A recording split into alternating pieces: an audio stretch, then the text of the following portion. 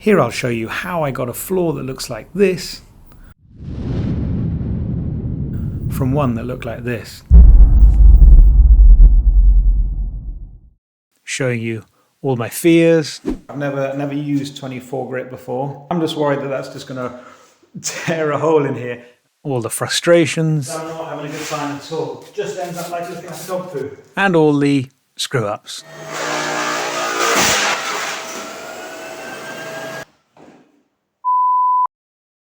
Oh, and there's one more thing. This is nuts. It's Friday, it's 4 o'clock in the afternoon. My wife and the children have gone back west for the weekend, which leaves me basically till Sunday afternoon to sort out this floor. I've never sanded, filled or finished the floor before, and the only knowledge I have is basically from a YouTube channel. Yeah, I had 48 hours to finish this, and aside from a 1 meter test run to check the dust collection, what you're seeing here is my first use of the machine.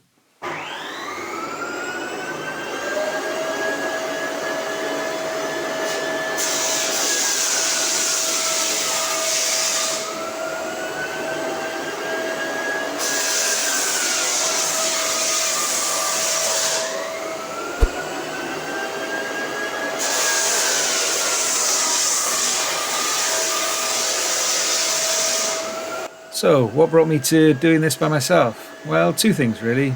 The obvious one is saving money versus the quotes from professionals, and I'll talk about the cost later. But the second thing was this. DIYers know that they're not going to be able to do as good a job as a professional. They're just trying to save some money. But the mistake they make is they think that it's going to be easy.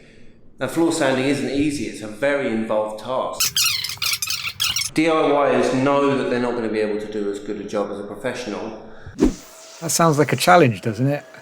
I'm so competitive. I really wanted to have a stab at this and do a good job.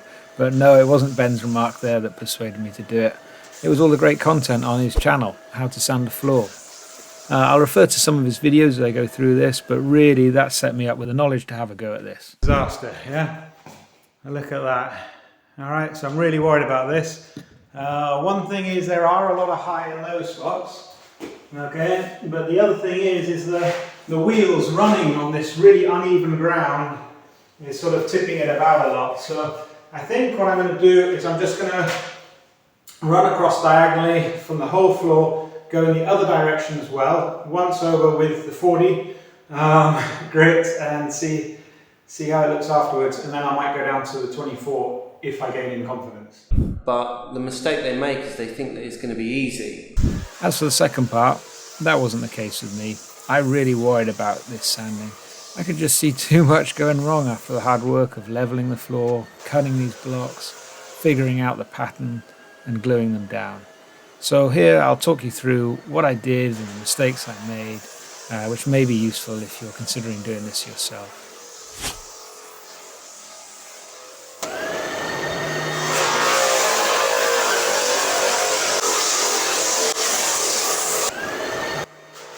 That first little bit I did was on 80 grit, now I'm on 40 grit right here, as I wasn't confident enough to start on 24 grit.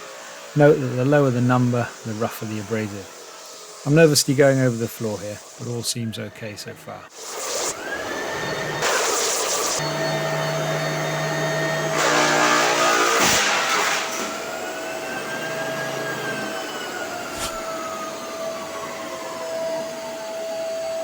Okay, the current me hasn't got a clue what's just gone wrong, so I'll bring myself in from 5 hours in the future to explain. You probably saw earlier on that one of the pads just sort of, or discs, not discs, pads, sheets, sorry, one of the sheets just disintegrated and broke into bits. And I thought, oh no, that was only after I just got started. So what I did for the first one is I just tightened it with a normal screwdriver, and then subsequently, I haven't had a single one ripped, and I just have the torque setting set on 8 on a Makita drill, and basically that's just go till it reaches the clutch, and that seems to be fine. I also have the leading edge overlapping the trailing edge like so. Okay, so that seems to have been, touch wood, fine. Okay, back to the present. Look how much I'm struggling to get this sander over some of these blocks. At this point now, I'm really worried. I'm on 24 grit, I've already lost the sanding sheet already, and the machine is rocking all over the place due to the small differences in block height. Yeah, I'm about to make my second mistake here. That screwdriver bit flicked out the back and hit me on the leg pretty hard actually. So needless to say, I didn't make that mistake again. So already another new sheet on. Things really aren't looking good so far. I finish off this set of diagonal passes, then start another diagonal pass in the direction of the arrow before giving you this update.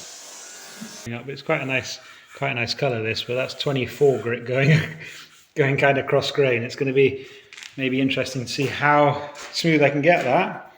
Talking of smoothly, what isn't running smoothly is the whole thing's rattling as it's going over such an uneven surface. Okay, if I push this along now, dunk, dunk, dunk, you can hear that. Okay, that's how bad this floor is. So each one of those jolts is obviously going to be digging in, and so I'm hoping that just by taking it as many different angles as possible, I can assure that I'm not just digging in the same hole again and again and then making it worse.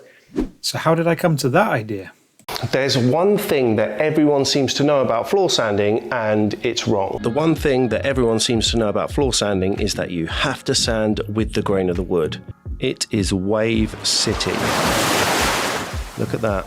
Not to belabor the point, but if you watch my crude demonstration here, you can see that the drum kind of just drops into the dips, exacerbating the problem. Whereas if you go diagonally across them, it just glides over those peaks and brings them down to level with the dips.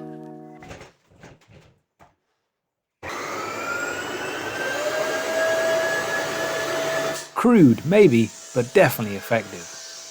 If you're considering doing this yourself, I really recommend you watch this video. The link's in the description.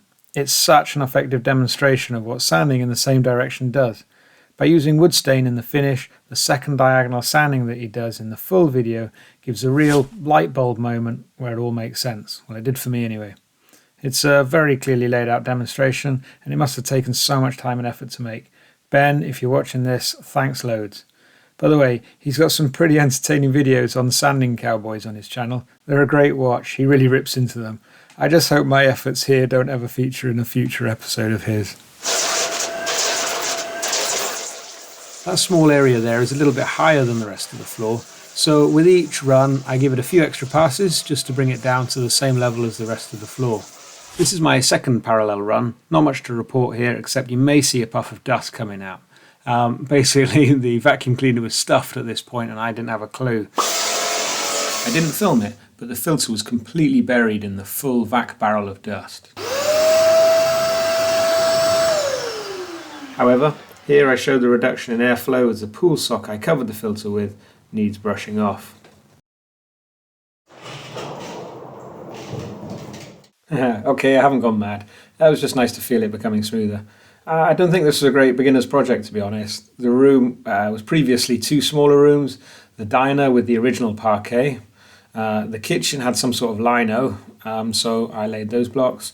Plus we got an extension there, so those were obviously other blocks that I laid. The diner floor slopes down actually, and so I only half leveled the kitchen, if that makes sense, so as not to clash too badly. But the extension, well, that's freshly poured concrete and that's dead level, meaning some pretty funky transitions between the rooms.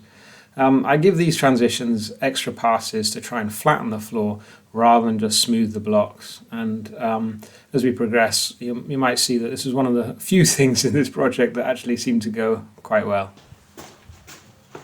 Okay, take a look. This is what it's all about. That is so much easier than that patch there. Okay, so if your floor is already fairly flat, then it's a hell of a lot easier. You can see I'm really struggling over here. Okay, look at all those bite marks. Okay, the whole thing is sort of tipping as it goes over here. This floor height is very, very slightly different to that bit as well, and it's sort of jumping around. This transition is going to be really hard, basically, but it's nice to enjoy the this part here, because that's going really easily. It's good. Yeah, these transitions were a bit of a pain, to be honest. They took a lot of going over. We had 2 professional quotes for doing this floor. The first one, well, we didn't actually get the first quote. The guy came round, he talked really nicely with us, said about 24 grit, we'll go through these blocks fine, yeah, no problem, no big deal. And yeah, just no reply. Rang him up, yeah, sloughed that quote, yeah, sure. And yeah, nothing back. I guess he earns a lot more money from a nice flat floor. Talking of a nice flat floor, 2 hours later and I'm on the original parquet in the diner, and it's much nicer to sand. To be fair, when I pulled the carpet up I thought this floor was in reasonable condition, but in the end I ended up gluing down several of these blocks, and you can clearly see some small changes in height there. But on the whole though, this was really pretty satisfying, seeing the removal of the old orange looking varnish back down to the original pine and oak blocks. By the way, that was a concrete hearth with an old gas fire over it, all of which came out and more blocks were laid, together with an inlay that I made from some jarrah. Just something I thought would be a nice touch since we haven't removed the chimney stack. At this point I'm reasonably happy with how things are going actually, until I discover this. It's 7 o'clock and I've gone from fearing 24 grit to enjoying 24 grit. This now has had both diagonal directions and up and down. Unfortunately though, I've just spotted two nails, one here and one there, that I need to sort out, and I don't have the right tools for it, so I'm just going to have to smack it with a hammer and a screwdriver. The flat head of the screwdriver in the direction of the wood grain left a neat little slot that once filled was hardly visible. Really though, I should have spotted these earlier, just to save wear and tear on the sanding sheets. But to be honest, that 24 grit seems to munch through anything. I've had a good couple of hours out of this sanding sheet now, so it's time for a change. And here I'm just having a look at the scratches left in the floor, which really are pretty deep at this stage. Yeah, I think you could say I got my money's worth out of this sheet, and I probably should have changed it a fair bit earlier. And I'm just collecting up some dust here, though maybe not for the reason you think. It's 8 o'clock, and so I think it's time that I go and ask the neighbours if I can carry on. Permission granted. So by now I feel confident enough to go backwards and forwards with the sander, but I don't think that is recommended by the Hiretech HT8 sander info that I read. But with the amount of material I have to remove, it certainly doubles the pace. So any professionals out there, please let me know what's right and wrong in the comments section. I've got the hallway and the lounge to do at some point in the future, so any help greatly appreciated. So I'm happy enough. It's 9:30 at night. This is still all 24 grit. This one's had half as much as the rest, and so I'm going to pick it up tomorrow morning with 24 grit again. Just one more over the whole lot, and then hopefully that's then flat enough to start with the 40 grit. Okay, it's 4 degrees Celsius because of the doors being open. It's dropped to 11 degrees in here. And so yeah, what to do with all those bags of sawdust? This is how we live. Well, how I'm living for this weekend. I can't even reach the light switch in here. So see if you can make sense of that. So there's my bag of sawdust. See if I've got enough room to... Oh, not much room. There we go. There we go. Instead of putting the fire out with a load of sawdust, just put it in a bag. It does the job. After quickly munching down some food, there was one last task to do. This block had split in 3 places, so I just used waterproof PVA to glue it down. The bits sort of held themselves in place nicely for a good squeeze out of the glue. I'm editing this many months on, and the blocks held up fine. To be honest, I don't really know which one it is in the floor now. Okay, it's Saturday morning, so I have just been trying to get a few things prepared ready, because I'm hoping that I'll get on to edging today. I bet I had, because we're running out of time. So here's the HT7 edging sander, and yeah, basically this is just some 43mm waste pipe, and that's fitted really nicely into there, and my vacuum cleaner can snugly fit into there, so we'll need a piece of tape over that. These were the pads that I got from the hire company. They're about £2 each, and that's 20 of them. I've got 5 different grits. So basically we've got £40 worth of sanding discs here. And I thought that was pretty expensive compared to what I found online. This whole lot here was also £40, okay? So 24 grit, 40, and also quite a lot of these are fibre backed. The hire company said bring back anything you don't use, so these are going to go far away and make sure I don't use those. and I'll stick to these instead. So let's see how they go. I've never used an edging sander before, so let's see. Yeah, I get the edging sander out later on, and it really becomes my nemesis, as you'll see. Time to talk about costs now and how they compare with a professional quote. So as I said, the first guy we got around to have a look at the floor never got back to us with a quote. The second professional didn't give us a quote, gave us an estimate at £1,500, and that didn't include the varnish, which I'd already purchased. So with that was enough for me to think, right, I'll have a go at it myself, and did the inevitable, which is go on YouTube and have a look. I came across this video. It's got a lot of views, and I guess that's probably our inner desires for the ability to do a floor with tools that we may already own, like a random orbital sander. But he started on 100 grit and admitted later that he barely got through the varnish. So I know this isn't a how-to video, but just don't waste your time on using a random orbital sander. Okay, you can see the amount of dust that I took off over the course of this one. Instead, you can hire both the drum sander and the edging sander for £76 for 3 days. But a friend of mine lent me that drum sander actually. He's not a tradesman. He just happened to have one of these beasts tucked underneath a shelf in his utility room. He's my sort of guy. Anyway, thanks Mr. W. So I just hired the edging sander for £27, which is in March. I'm editing this in June, and that crazy price rise is indicative of the 2023 UK economy. Perhaps buying one now will be cheaper than renting one next year. Unlike the sanding discs for the edger, for the drum sanding sheets I used the hire company's bring back what you don't use option. They average £2 a sheet across the different grits, and I'll tot up the total used later. I have run over quite a few times on this patch here, okay, in different angles, just basically because it was slightly higher than the rest of the floor to try and take it down.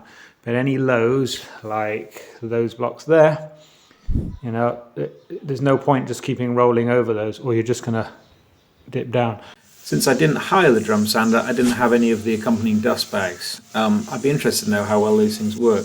Anyway, I hooked up my Trend vacuum cleaner. The reason I'm using it without a bag inside is because I'd get through so many bags on this job. Plus, I'm wearing a dust mask, but most importantly because I watched this really good video on YouTube.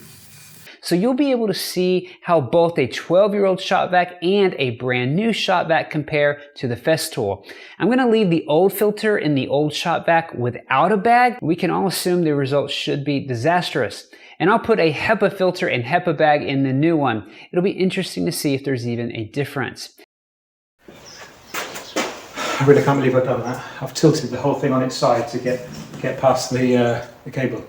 Absolute obvious mistake, total beginner mistake, and it's cut a huge groove in the floor. I think you'll be able to see it there. It's really deep, so I don't think that's going to come out now. What an idiot. What an idiot. Yes, really bad timing there too, as I'm just about to move up to the 40 grit. By the way, for anyone thinking of doing it at the random orbital, this is where we're at so far. Okay, time to get going with the 40 grit. I don't think there's going to be anything to see here at all. Yeah, not much to see here really, but the low patches, easy to spot by the varnish, were almost gone actually. That's why I switched to the 40 grit. And the 40 grit does actually get rid of those and generally takes down the 24 grit scratches. I suppose it just replaces them with the 40 grit scratches. Anyway, doing 2 diagonals and 2 parallels across the floor just made it start really, feeling better and looking better as well. It's quite nice at this stage. Unfortunately though, this is when things start to go downhill really. I'm collecting 40 grit dust, not for fueling the fire, but for filling the gaps in the floor later on. And I know this is the wrong dust to use. I should be using 80 grit or 120 grit, something finer. But the problem is it's 4 o'clock in the afternoon, which means I only have 4 hours left to make noise in order to be fair to my neighbours. Ultimately, I have to do the quiet filling job that evening.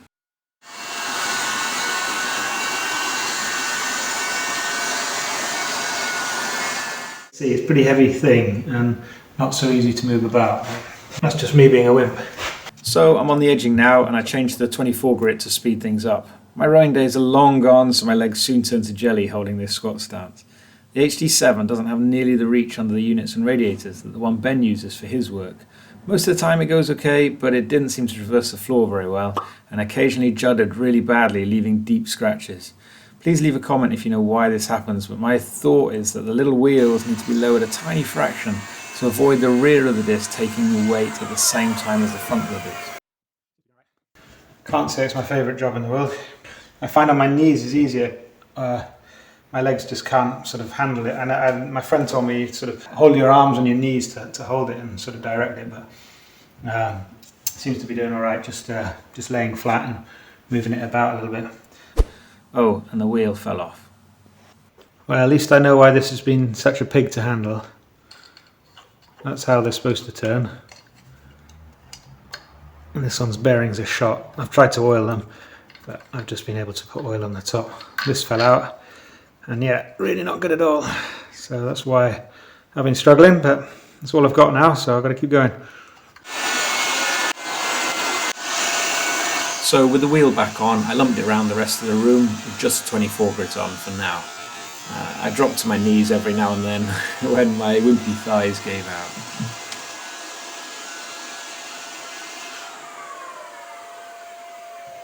It's 20 to 8 on a Saturday now, so I'm sort of losing the will a bit. Edges are done except for in the corners. It's too late now to start any more sanding, I think. But yeah, I'm going to have a go at filling the floor with Lecol. What's it, Lecol 7500? It says to use the finest dust possible, but I've only got the 40 grit now, so I'm going to see how it goes. Let's see. I don't know. Okay, first things first, I vacuum up the dust. I've seen someone on YouTube just brush the dust down the gaps between the blocks. I really can't see why you would do that, to be honest. The resin is not going to mix well as it runs down the gap.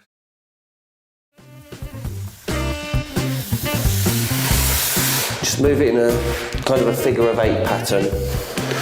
You get the hang of it fairly quickly.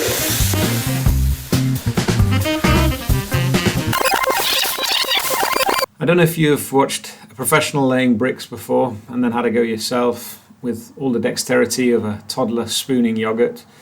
But yeah, that was a professional and this is the toddler.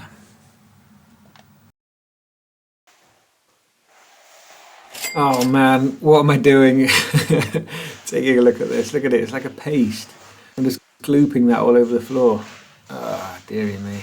That's way, way too thick. Yeah, I've got a bit of the figure of 8 motion going there from Ben's video, but yeah, I obviously didn't pay close enough attention.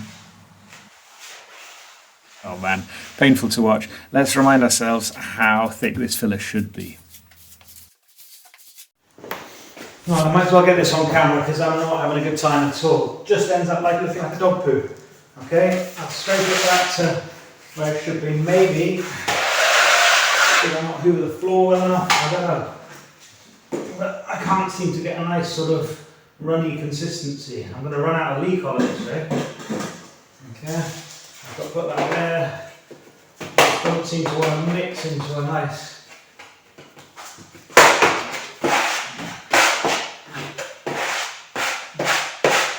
gooey bundle, and by the time I mix it, the whole lot's bloody well gone off. Yeah, I'm really worried about running out of Lecol here just because none of the local places supply it. I got this online, and so I basically just carry on struggling on in this way, scraping off the paste, adding way too little Lecol, and try my best to mix it up. And I'm worried about the paste being too thick to go down the gaps in the blocks. Yeah, the whole thing is not pretty. It's kind of working, but it's not really right. And yeah, I just struggle on. I turn the camera off because I'm quite frustrated and finish half the floor. And here's one last sticky dog poo. Okay, not my finest hour. I've managed to fill half of the floor. It's taken me 3/4 of an hour, and I still have the harder part to do with much more gaps and things like that to fill. So yeah, just the hardest part of it is just the working time. It's just, I've used half the Lecol now probably. I'm hoping it's less than that. It's about half I think I've used. And I've got, half left to do, so I'm a bit worried about that. It's going to come close, I think. But yeah, not so great. Okay, before continuing, I'm just showing you a friend's floor. He did a lovely job of filling these blocks. Really looks good. But at one part of the floor, he laid the blocks freshly from the garage and then did the filling straight away. And the blocks didn't have time to acclimatise or acclimate to the conditions of this floor. And so you can see the blocks have shrunk and opened up these cracks throughout. So to avoid this happening in our house, we left the blocks for 4 months in the back of our lounge. It took up pretty much all of it. And we laid them at Christmas time, and I'm doing this finishing job in March. So they had at least 6 months, if not 8, 9 months to acclimatise, and hopefully we won't get gaps forming. But I'll update you on all of these things at the end of the video. So Sunday, time to do the second half of the floor, the filling. And the night before I had nipped over to a friend's house and borrowed a spare can of Lecol. So this really took the pressure off and allowed me to use a much more dilute or runny mix. It's still not as dilute as it should be by looking at Ben's videos, but it worked a lot better than the day before.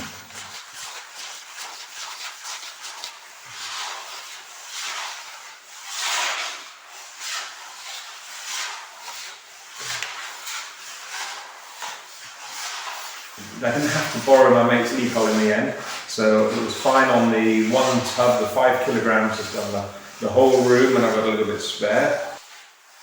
That is all the floor filled now. It's 10 o'clock on Sunday, so I've got about 7 or 8 hours now till the children come home. And so the next part is sorting out these edges. Gonna have a go at. Okay, I haven't done those yet, and I'm going to do those now. Now I should have done those before doing the filling, obviously, but evenings and mornings are times when I can do filling without being noisy for the neighbours. So that's why I've done it in this order.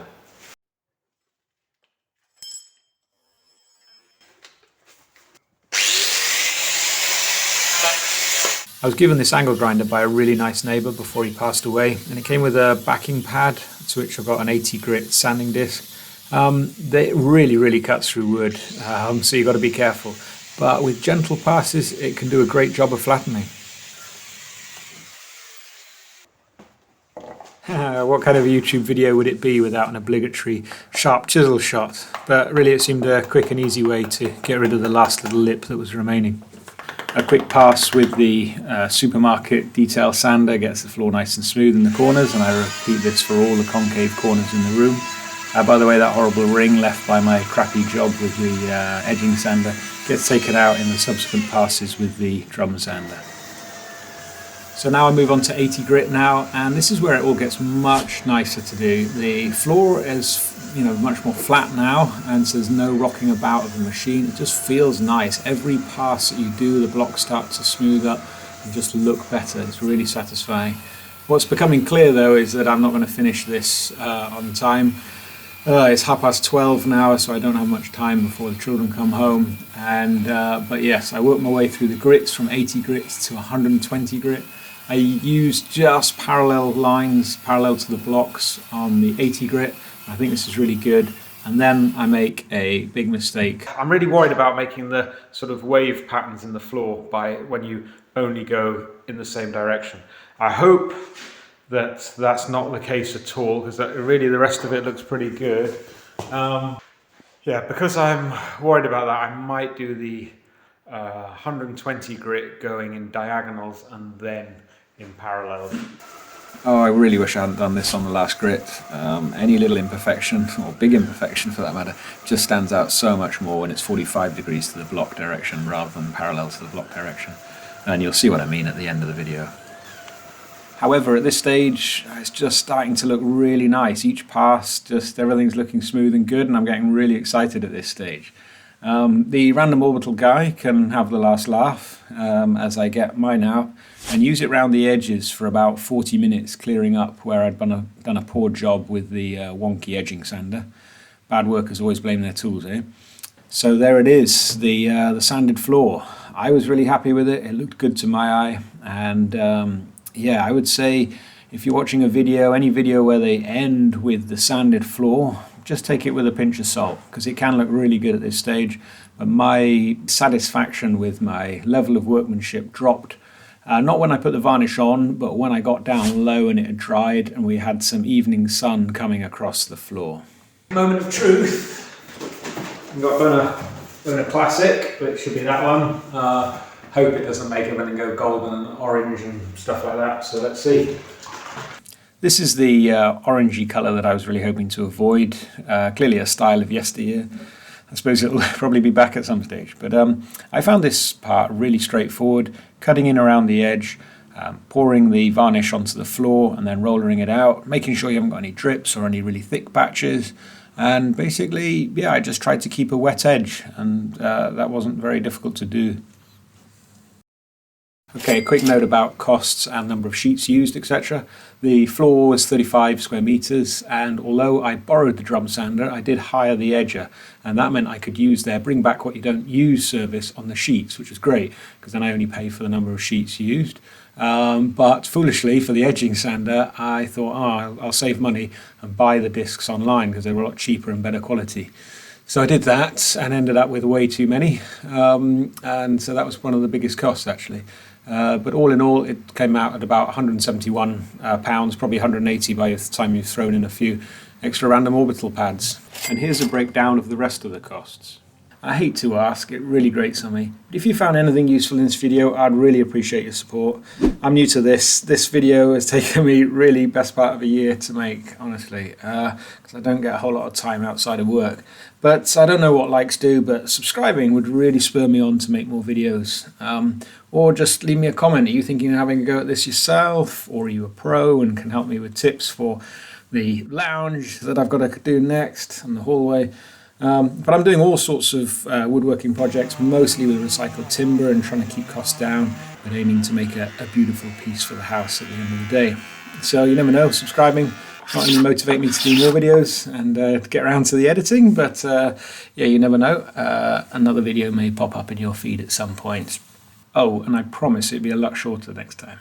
So I worked my way towards the side door. I switched the camera off instead of on the most satisfying bit of the whole floor, unfortunately.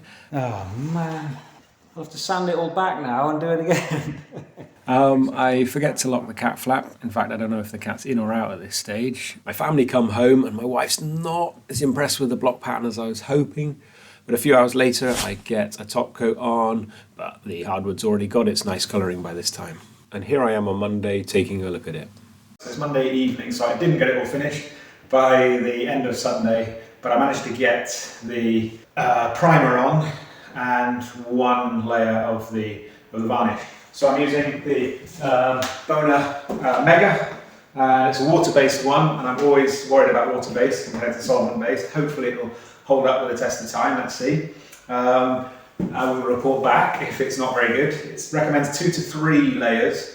So my aim is 4, always do one extra for luck, to be sure. And yeah, I'll show you what it looks like now, but bear in mind, okay, regardless of the parquet blocks and the different shapes and sizes, in terms of the finish, the sand, okay, when I walk in and I look around now, okay, it looks good. Right now it looks really, really good. I can't spot any errors or anything like that. What's much more telling is when the sun was super low, and when it comes through at a low angle, that's when it shows up some of your mistakes. I wonder what Ben would think. It is wave sitting. Oh, I was, absolutely gutted at this stage. I knew it was going to be hard to get a big piece of wood nicely flat, but I thought I could do a better job than that. I can't help but think that something like a Lecol trio that others guys use could do a much better job of that very final sand prior to putting the varnish on. But am I being a bad workman blaming my tools? Love to hear any thoughts on something like a Lecol trio. I've got no idea where to hire it from. But yeah, the good thing about being so slow at video editing is I can do a 1-year follow-up. Okay, Death Royal Dowie, St David's Day has been and gone. That means it's exactly a year since I finished the floor. I was really, really disappointed when I first finished this. I was really hoping for that absolutely dead flat professional finish. Overall, I've softened over time, really. I don't generally walk around with my head at this sort of level, like a 2-year-old. And yeah, things like where I dug the sander in on the floor, it just doesn't sort of show up as something that I think about. This room takes an absolute hammering, obviously just as a kitchen and diner with little children, but it's used as a playground a lot and a workshop, and any kind of thing like dropping a clamp or a tool or anything like that on the floor. It just leaves another mark to add to the list. So yeah, little things that I was worried about at the start just don't feature in my daily list of worries. In terms of money, really for a long weekend, we've saved ourselves, I don't know, it's hard to tell without a proper quote, but somewhere probably between £500 or £600, maybe up to £800-900. And that far supersedes my wage, so I'm happy with that. And the varnish, just happy with how that's held up, really happy with those 5 coats. It's, yeah, as I said, taking a beating, but it's holding up really well. So overall, I wanted to sand the floor like a pro on my first go, and I failed. As Ben said, I wanted to save money. Thanks very much for watching. I hope at least something's been useful after editing this monster. Any questions, go ahead. I'll try my best. And one last nugget to leave you with. Not all professionals are born equally. Boys, bach, yeah, wie.